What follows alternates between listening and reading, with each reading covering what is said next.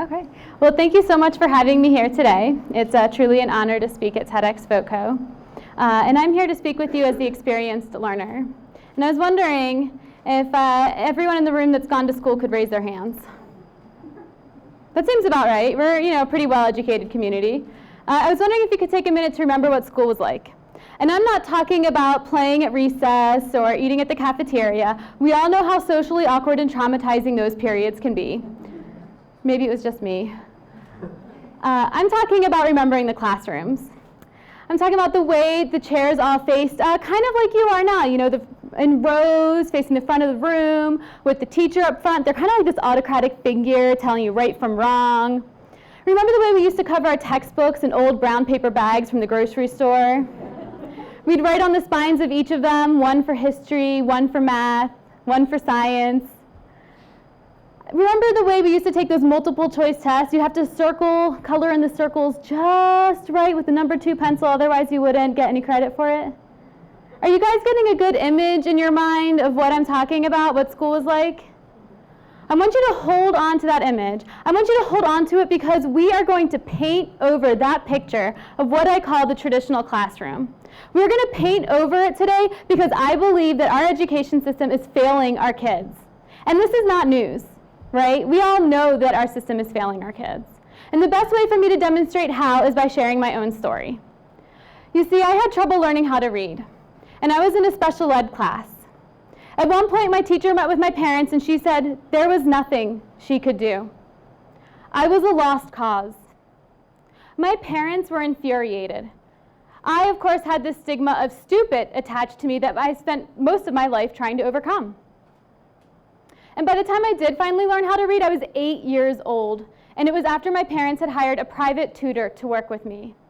My mom was so thrilled to see me reading for the very first time by myself that she took a picture of me. You can totally tell it's the 80s. Suffice it to say that school was off to a rocky start. Despite being an eager student, I was a terrible test taker. And after a while, I realized it didn't matter how much I did or did not study for a test. I pretty much got the same grade as long as I did my homework. So I stopped really putting myself into my exams. And then when I was in 9th grade, my English teacher publicly criticized my writing in front of the entire class. I was mortified. Ironically, I wrote in my journal about how my dream of being a writer died that day. And that is the problem with our education system. As Seth Godin says, we are stealing kids' dreams. And we are stealing kids' dreams because we are not adequately preparing them for life and work in the 21st century. Did you know that our national education system was founded in 1914? And it was because industrialists needed factory workers that could do repetitive tasks, had rudimentary skills, and also were good at listening to authority. Well, the majority of jobs we have today did not exist 100 years ago, yet the foundation principles of our education system remain the same today. And this is a problem, and this is why I want to encourage us to reimagine and re-envision our classrooms moving forward. This here is Bloom's taxonomy of learning. And this is also a very old concept. These are not new ideas, really. But you can see that the bottom of the pyramid, remembering, understanding, and applying, that's the way our education system focuses today. That's those rudimentary skills, the listening to authority. But what we really need is the ability to analyze, evaluate, and create. That's what our workforce needs today. We need people that can deal with complex problems, make difficult decisions, and come up with creative, innovative solutions to the challenges that we are facing. Now, unlike Danielle, I'm an optimist at heart. And I don't want to focus on the problems. I want to focus on the solutions. And clearly, or maybe not, I turned out all right despite the stories I shared earlier with you. Thank you. And I don't want to share any more stories of how I overcame our education system, although I will put a quick plug in for my alma mater, Hampshire College, because they were integral in making me become the person that I am today. And I'm sorry, guys, I didn't go to CSU. But I do love Fort Collins, and I do love my community, and that's why I want to share the stories of the things that we are doing right here in town. This is Sarah Bayer's class at Lincoln Middle School. She teaches 8th grade science, and she designs her curriculum for a year-long service learning program around community issues. And this year that I'm showing you, the big community issue at the time was uranium mining. And so she brought her students out into the fields and they did water quality testing of the impacts of uranium mining. They talked to professionals that were working in the uranium mines. They talked to people that were anti-it.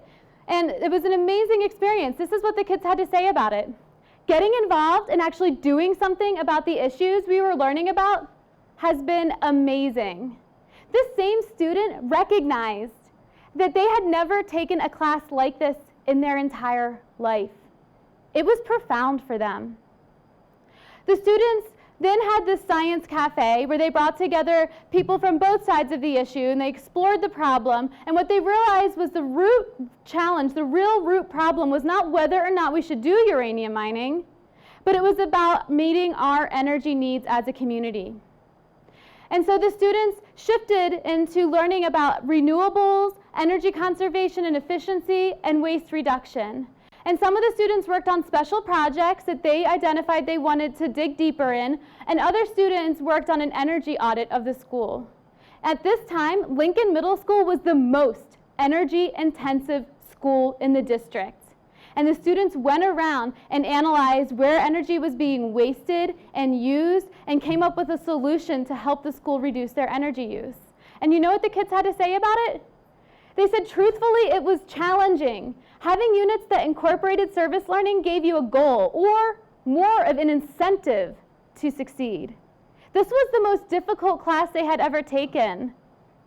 And they did not just sit back on their laurels and go, this is hard, I can't do it. It was because of the challenge that they strived for more and better experiences and outcomes in their education. And what the students realized was that there was an excessive amount of lights being left on unnecessarily in school. And so they ran a campaign for 4 days. For 4 days. They turned off the lights in the school. And they were able to save in that time $200. That's amazing. That's almost half a teacher's salary, or maybe less, because they don't really make that much. Maybe it's an entire teacher's salary, I don't really know. But that's a lot of money that our kids, our students, were able to save our school system because they got involved and they did something about the problem. And you know what? Lincoln is no longer the most energy-intensive school in the district. They still have a ways to go, but they were able to accomplish something great. And the students recognized it. They said, I also really like the freedom they gave us. The students were in charge of the projects and everything turned out really good. Again, this was a unique experience for them, that they had some autonomy and choice in deciding what projects they did and how they approached the subject that they wanted to dig deeper in. And what was also really cool is that the kids got credit for these projects in science, math, and English. It was truly an interdisciplinary experience for them. And all of their hard work was paid off in a fair that their parents came to.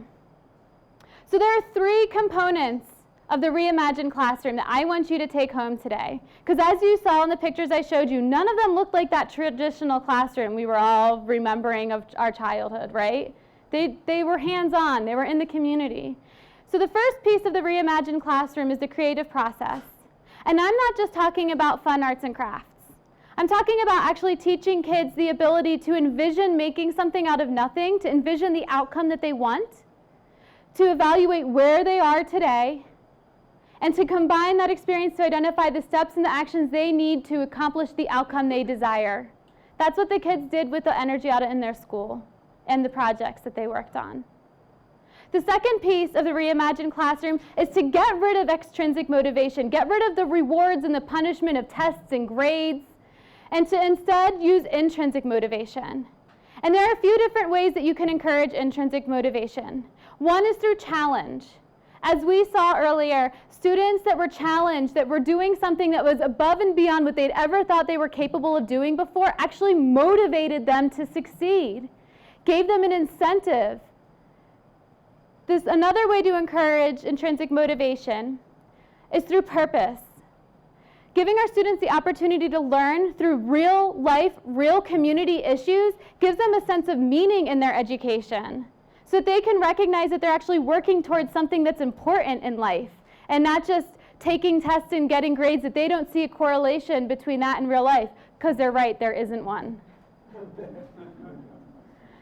And another way to encourage intrinsic motivation is through autonomy. Giving our students the opportunity to make some critical decisions in their own education. We don't have to dictate everything for them to the T. If our students never learn how to make decisions as children, it's going to be that much harder for them to make smart decisions as adults. So we really need to empower them and give them that opportunity to make choices based on what their interests are and what their abilities and skills are. And the final piece, the third piece of the Reimagined classroom, and this is really the foundation of it all, is meaningful relationships founded on mutual respect, where we are not treating our students anymore like second-class citizens, but we are actually recognizing them as valuable members of our society, respecting them as individuals, and respecting their individual and unique needs, and not trying to teach every kid like they learn exactly the same, but teaching them in ways that they learn best. And teaching them to take advantage of their natural skills and abilities and cultivate those so that they can be the best people they can be. So these are the three pieces of the Reimagined classroom that I want you to take home today: the creative process, intrinsic motivation, and meaningful relationships founded on respect.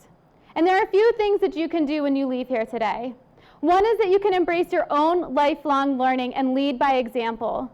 Show our kids that the classroom, that traditional classroom, is not really where learning happens, but it's in life. And in the challenges we face every day are opportunities for us to learn, grow, and become better people. Another way for you to get involved is to open your doors and break down the walls that separate our schools from our community and create opportunities for students to learn through your work, through your real experiences in the community. Because let's face it, if our schools don't have the same kinds of financial resources to educate our students, then the community needs to step in and to provide some support in that. And the final way you can get involved moving forward today is to share this vision. Spread the word of this reimagined classroom and encourage your friends, your colleagues, your family to challenge their thinking that the traditional classroom is the way school ought to be, and to think of it in this new light, in this new vision. Because I believe that at the end of the day, we should not be graduating students that are good test takers and get good grades, but to be graduating students that are experienced learners. Thank you.